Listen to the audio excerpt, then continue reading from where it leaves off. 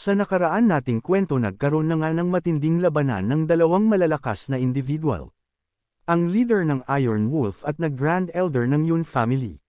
Di na nga nagtagal pinakita na kung sino ang lamang sa kanilang paglalaban at ito nga ang Grand Elder ng Yun family at sobrang maganda pinakita nito dahil nagawa nitong matilapon sa lakas ng atake nito.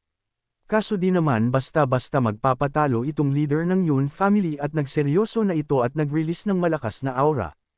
At hindi lang sa bamagan itong leader ng Iron Wolf kundi nagdeklara na ito ng labanan kasama ang mga members nito sa kanyang Iron Wolf family kaya sumugod sila sa Yun family ganun din ang ginawa ng Yun family para madepensahan ang kanilang mga buhay kaso bago sila magpang-abot may malakas na tinig na nagpapahinto sa kanilang lahat. Agad naman nilang hinanap at pinagtataka kung sino daw itong nagpapahinto sa gitna ng kanilang labanan. Pinakita nga ang isang pangyayari na tila tumayo ito sa sinasakyan nito at alam naman na natin kung sino itong individual na ito. Agad ngang tumalon ang ating bida at nagkaroon ng malakas na impact sa kalupaan sa ginawa ng ating bida. At tumilapon din ang mga ibang member ng Iron Wolf sa ginawang paglanding ng ating bida. Agad naman unti-unting tumatayo ang ting bida at seryoso nga itong nagsisilita na anong sabi mo kakatayin mo lahat ng Yun family pati ang mga manok wala kang itit iron na tila may pinapatunguhan nga itong tingin at pananalita ng ating bida sa individual na ito. Kaya nga sabi ng ating bida na galit sige nga daw ngayon na meron na siya ngayon nga gawin ito sa harapan niya kung magagawa daw niya ito.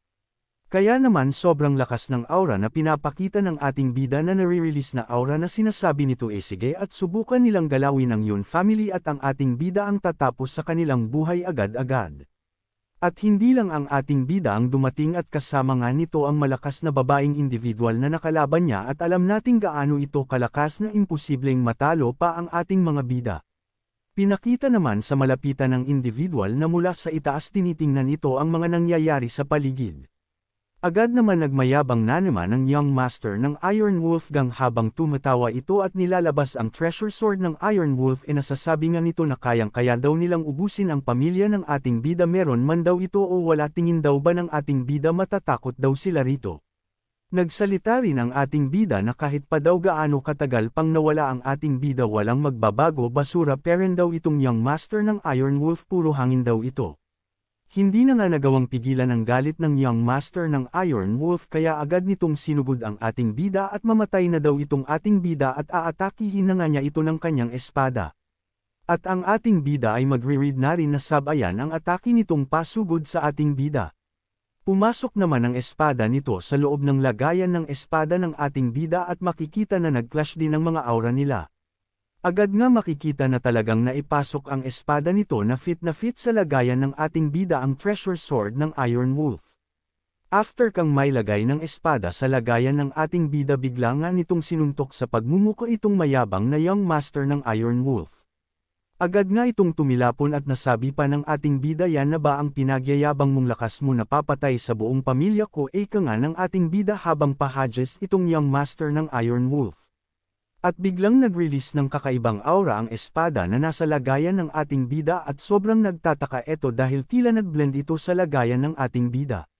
At pinagtataka ng ating bida na tila fit ito at mas naglalabas ng sobrang lakas itong espada na tila na-open ang totoong capacity nito. At natanto ng ating bida na ito daw ba ang tamang gawin dahil kung ito nga pwede daw nitong mahanap ang perfect fit para sa kanya at mahanap sa kasalukuyan ang espada niya talaga. Nagsuka na nga ng dugo ang Young Master ng Iron Wolf talagang nainda nito ang lakas ng ating bida at nasasabi na ganun na lang ba kalaki ang agwat ng lakas daw nila ngayon kanito sa ating bida. Tumigil na daw ito sa mga anong saysay na sinasabi ng Young Master ng Iron Wolf wala daw kasalanan ng ting bida kung hamina ito at papakita daw ng ating bida na ibabalik niya lahat ng sinabi niya ang Iron Wolf ang ma-wipe out hindi sila kaya ginamit ng ating bida ang espada ng Young Master at nag-create ito ng kakaibang atake. Ang atake nga na ito, papunta sa Young Master ng Iron Wolf at di na ito agad makagalaw at papunta na ito sa kanya at nag-release ito ng aura para matapatan at kahit papano hihina ang damage nito sa katawan niya sakaling tumama ito. Agad nga itong tumama sa katawan niya at ramdam nito ang sakit ng atake na kahit nag-release na ito ng aura wala peren yung nagawa dahil malaki peren ang damage na nakuha nito at kitang-kita na sobra itong effective.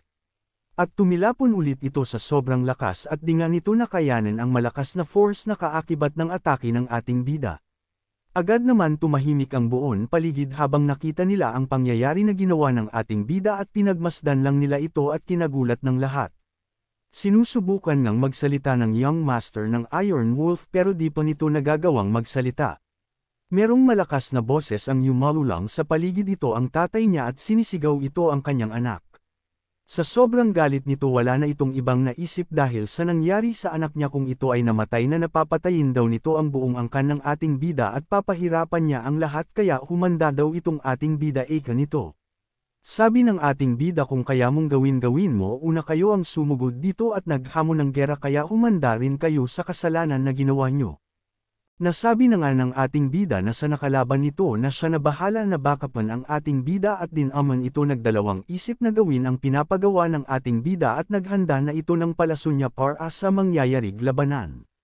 At nag-release na rin ito ng matinding aura at nakahanda ng pakawalan ang atake nito sa kahit anong sandal. At agad naman nakaramdam ng matinding pressure ang leader ng Iron Wolf na ano daw itong pakiramdam na nararamdam niya wala daw magawa ang aura o ang lakas niya sa matinding pressure na nararamdaman niya. Maririnig ang sobrang lakas na sigawan at lag-utok ng mga buto sa paligid at tilapon ang mga kalaban ng ating bida. At ang may kakagawan din pala ng matinding sigawan at tilapon ng mga Iron Wolf members walang iba kundi ang ating bida rin. Marami nang ang tumatakbo sa isipan itong leader ng Iron Wolf at bakit daw ganitong nangyayari sa mga kasamahan nito at unti-unti bumababa ang bilang nila pero pag sinuportahan sila ng Lin family may chance daw na magwagi pa sila kaso wala pa daw ang mga ito kanina pa daw nagsimula ang laban.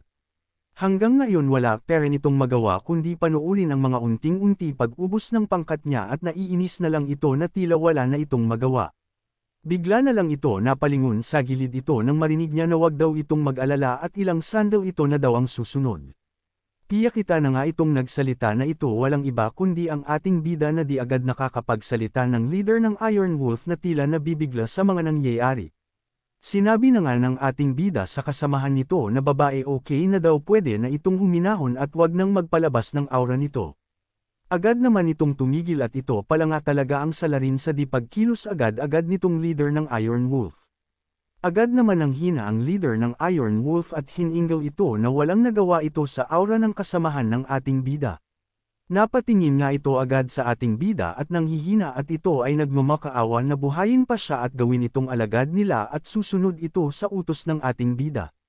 At pinakita naman na ang ibang mga kasamahan nito na ubos na ang mga elite fighter nila at napaupo na lang ang leader ng Iron Wolf at nanghihina ito na din ito inakala na sila pa yung ma-wipe out.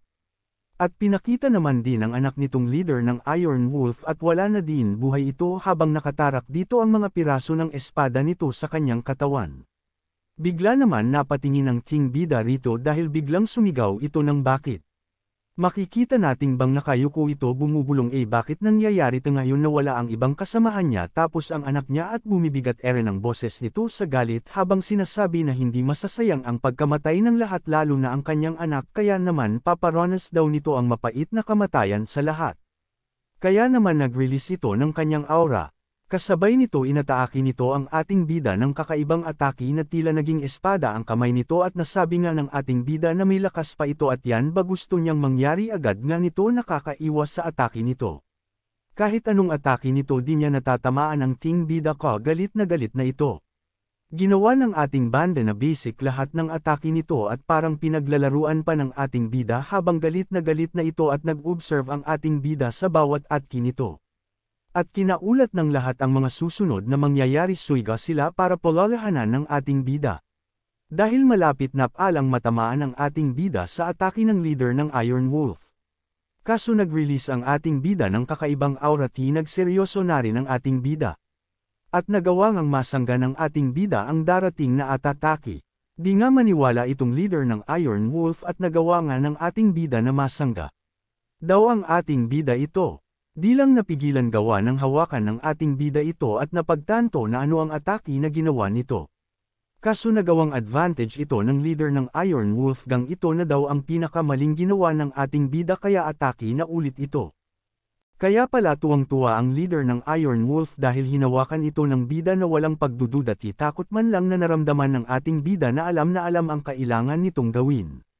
Nakita nga ito ng mga ilang manunood sa area at nasabiga sa ating bida masyadong padalos-dalos ang ating bida na gawa pa daw hawakan ito ng ating bida na walang kaalam-alam daw ba ang ating bida gaano daw kadelikado ang teknik na ginagamit ang leader ng Iron Wolf at pwedeng kapalit ito ng buhay daw ng ating ibda.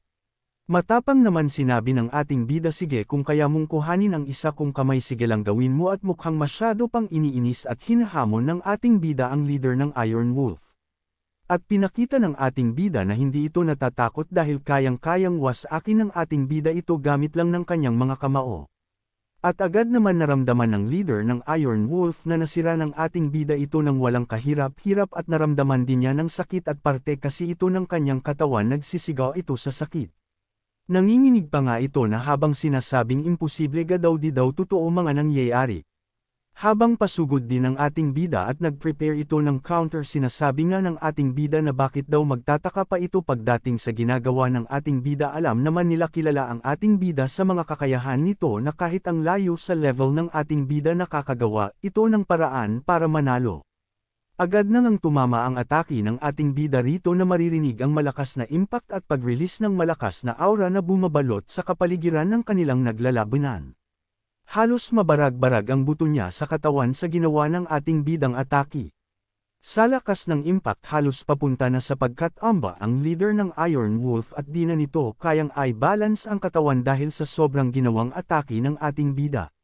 Tuluyan na nang tumilapon ito nagkaroon ng malakas na pagsabog sa nangyaring impact na ginawa ng ating bida rito sa leader ng Iron Wolf.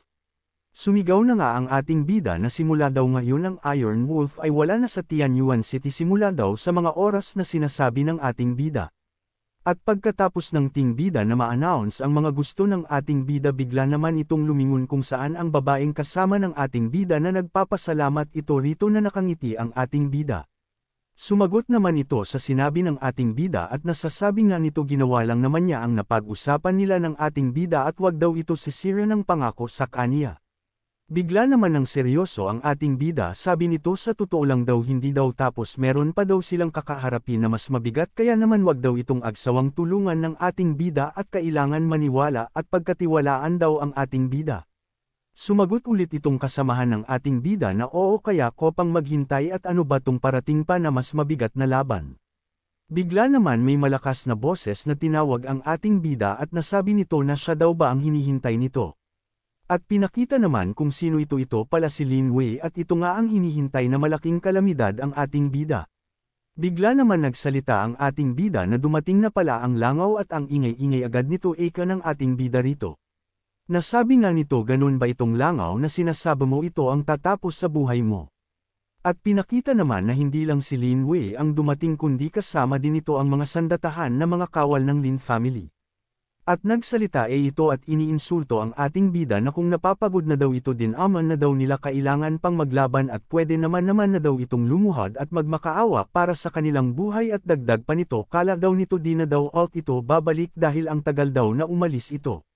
Siyempre agad naman salita itong ating bida at sinabi sa tingin daw nito di pa daw sanay ang ating bida sa kahit anong insult sa kanya tapos ng goleng pado ngayon ito sa walang kwentang Lin family na makailan lang nagawa na niyang pagtagumpian yung laban mula sa ang kanila ngayon wala pa din daw silang kadala-dala nagpadala pa do ng isa na naman payaso. Kumalma naman ang ating bida at nagsigawa ng isang teknik na ma-open ang divine sense ng ating bida para malaman ang mga nasa paligid at kakayahan ng bawat individual. Kaya ganun na nga ang ginawa ng ating bida at makikita na meron itong paspusang pinaggamitan nito. Gaya nga daw naghinala ng ating bida parehas daw sila ng leader ng Iron Wolf na merong demonic cultivation na sinasagawa. Natutuwa lang naman na pinagmamasdan ito ng ating bida na kaya malakas daw loob nila na meron silang tinatagong ganitong lakas pero wala daw itong saysay dahil ang kaalaman nga ng ating bida mula sa hinaharap ay nadala niya sa nakaraan kaya alam ng ating bida paano ma-counter ang mga ganitong sakuna. Habang inaalisa nga ng ating bida itong si Lin Wei sigeperin ang pag-iinsulto nito sa ating bida at nasasabi nga nito na natatakot na daw ba ito dahil hindi lang daw siya malakas ngayon kundi mga taong nakapaligid sa kanya na malalaking tao raw at sabi pa nito kahit ano pa daw cult ovation o teknik ang tinatago daw ng ating bida wala daw magagawa ito sa kanya isa lang daw itong langgam eka ni Lin Wei sa ating bida. Sige peren ang dada nitong si Lin Wei sa ating bida, nasasabi nga nito sa kay abangan niya gusto daw ba nilang pag-usapan ang status daw nito ngayon daw di lang siya ang son-in-law ng Shiguan family na isa sa isang malaking family sa Imperial City di pa daw yun isa pa daw siyang inner student ng Tianyuan Academy tapos ang ating bida gugustuhin pa daw lumaban ang ating bida. Ngayon daw sino ang mga kasama niya di lang ang Lin family kasama pa nito ang ibang mga taga Tianyuan Academy at mga taga Shangguan family. Habang pinapakita ang ating mga bida at mga natirang kasama ng ating bida nagsisalita peren na mga kasama daw nito di lang mga ordinaryong mga students kundi pwede na daw mahambing sa isang mga master ngayon papamalas daw nila na makukuha daw nila ang Yun family at completely mawi-wipe out sa Chanyu City at nagugulat nga ang mga ibang nakakarinig pero ang ating bida wala lang sa kanya. Kung natatakot na nga daw ang ating bida sa mga narinig nito mula sa status niya mas may nakakatakot daw na dapat nitong marinig pa kung natalo daw nito ang leader ng Iron Wolf kaya naman daw alam daw niya na nasa Moonreal na ang ating bida siya daw ba alam na daw ba ng ating bida saan na daw ang cultivation niya pananakot pa nito sa ating bida. Yabang pa nito hahayaan daw nito hulaan at pag nahulaan niya maganda daw ang magiging kamatayan nito at di na niya papahirapan ng husto. Habang salita ng salita si Lin Wei nagpapakita naman na wala lang ito sa ating bida bagkus nakikipaglaro pa ito sa kanyang pet beast at naiinis naman si Lin Wei dito makikita natin sa eksenang ito. Pinansin naman na ng ating bida itong si Lin Wei pagkatapos umakyat ang spirit beast nito sa balikat niya at sinabi naman ng ating bida sino naman daw gaganahan na makinig sa puro buhat ng sariling mga sinasabi daw ni Lin Wei na hanggang ngayon puro peren ito dal-dal. Agad naman sinabi ng ating bida na manahimik na lang ito ng habang buhay. At biglang nagdash ang ating bida papunta kay Lin Wei na handa na itong makipaglaban ng patayan. Makikita naman na nakahanda na rin si Lin Wei sa parating nating bida na pasugod sa kanya. At pati si Lin Wei ay sumugod na rin sa ating bida na hindi na nito nahintay pa na makarating ito sinalubong na rin niya. At dumagundong ang sobrang lakas ang mga impact ng clash makikita na sobrang lakas ng dalawang naglalaban. At pati ang mga nasa ibaba ay nanunood nararamdaman ay yung impact at ang mga aura ng mga naglalaban at nararamdaman nila at nasasabi nila parang napupunit ang kanilang katawan. Habang umaatake si Lin Wei sa ating bida inaasar pa niya ito bakit daw hindi lumaban pabalik ang ating bida natatakot na ba nito. Wala peren sa bida natin ang pag-osar ni Lin Wei makikita natin na gaano man kalakas ang atake ni Lin Wei wala lang ito sa ating bida dahil dali lang naiiwasan ito ng ating bida habang inaalisa ito ng ating bida. Nasasabi ng ating bida habang naiiwasan iya ito malaki na nga daw na dagdag talaga sa lakas ng ating bida at madali ang niya ito naiiwasan pero kung magpapabe siya siguradong magiging durog-durog ang mga buto niya kapag nataman siya nitong gaatake ni Lin Wei. Gaya nga ng mga sinabi ng ating bida sa mga nasisalag nitong impact na sana sa katawan niya dadapo makikita yung damage sa pader na ginawang atake ni Lin Wei. Kaya nga nagtatakbuhan na ang iilan baka madamay sila sa mga bumabagsak na saka nila papapatay. Natanto nga ni Lin Wei mga pinaggagawa nito na kayang-kayang masalag nga ng ating bida kaya nga naman nasasabi niya di nga daw sabi-sabi lang ang paglakas ng ating bida nakikita niya na kaya nitong sumabay pero hanggang saan naman daw ito aabot na alam daw ng ating bida na malaki ang agwat ng kanilang lakas. Nag-release nga sila parehas ng malakas na aura habang nag-clash peren ang mga atake nila at di nga daw papaya si Lin Wei na nakakasabay ng ating bida kaya maghanda na daw ito mawala ng buhay kahit anong pag-ilag daw ng ating bida di daw ito magtatagal at mapapagod ito at mauubusan ng lakas sa pag-iwas pa lang daw ng ating bida malaking lakas na ang kinakailangan. Kaso sabi lang ng ating bida na may pagsarkastiko ay una inaasar pa niya ito lalo na wala talagang kinakatakutan ang ating bida. At nagdadahilan itong si Lin Wei at nag-release na ng dark aura na kaya lang natatagalan daw ng ating bida hinahayaan daw nito na makipaglaro pero sa pagkakataon daw na ito humanda raw ang ating bida at siya daw ang magdidisid sino ano ang laro hindi ang ating bida. Kaya naman sa susunod daw na atake niya sana mabubuhay pa raw ang ating bida. At agad naman nag-ready ang ating bida sa mga mangyayari. At sa kabilang banda ang young master ng Yun family ng Imperial City na unood sa dikalayuan sa labanan ng ating bida at nag-observe gaano daw kalakas ang ating bida kung may mapapala daw ba ito. At napag-uusapan Ayla na madali lang daw matalo ang ating bida pero nakakabilib na kahit mababa ang cultivation ng ating bida nagagawa nitong sumabay pero hanggang saan daw ito tatagal at mamaya daw malalaman na sino ang mananalo rito. Nagsalita naman ang alalay nito kung may mangyari ba sa ating bida raw. Ngayon magiging protector daw ba ng young master ang mga magiging mangyayari pag lumalala daw ito. Hindi pa nga natatapos ang usapan nila biglang sumingit itong matandang servant nila at sabi din pwede daw bang protektahan ito ang ating bida sakaling may mangyaring di maganda dahil malaki daw ang potential ng ating bida. Dinaman nagustuhan ito ng yung master ang pagsingit sa usapan nila kaya sinipa niya itong servant niya at habang sinipa niya ito nagsalita ito at sabi wag na wag daw itong manggi-alam at sino nagsabi magsalita raw ito sino ba ito para pahintulutan niyang magsalita. At sabi ng young master pag inulit daw niya ito di lang daw yan ang kakahantungan ng mangyayari dito. Kaya naman nanginginig itong servant na humihingi ng tawad at nagpapasalamat sa pagkakataon na binigay niya rito at pinakilala kamag-anak talaga ito ng ating bida at ito ay lolo ng ating bida. At sabi ng young master mukhang nawala na daw sila sa pinag-uusapan nila kaya naman manood na daw sila sa laban ng ating bida paano nito aahon ng sarili daw niya. Habang pinapanood nila ito at pinapakita ang labanan ng dalawa si Lin Wei at ang ating bida nasasabi niya na sobrang excited daw ito nang naging son-in-law itong si Lin Wei at mas tumaas daw ang yabang nito dagdag pa nito kapag ang ating bida nagawang matalo si Lin Wei malamang magiging malaking balita ito sa buong Tianyuan kundi pati sa Imperial City at sa mga lungsod pa na malapit rito. Pinakita rin ang mga kasama ni Lin Wei na nag-release ng aura dahil sobrang lakas daw ng impact pag hindi Ayla gagawin ito wala silang proteksyon sa impact.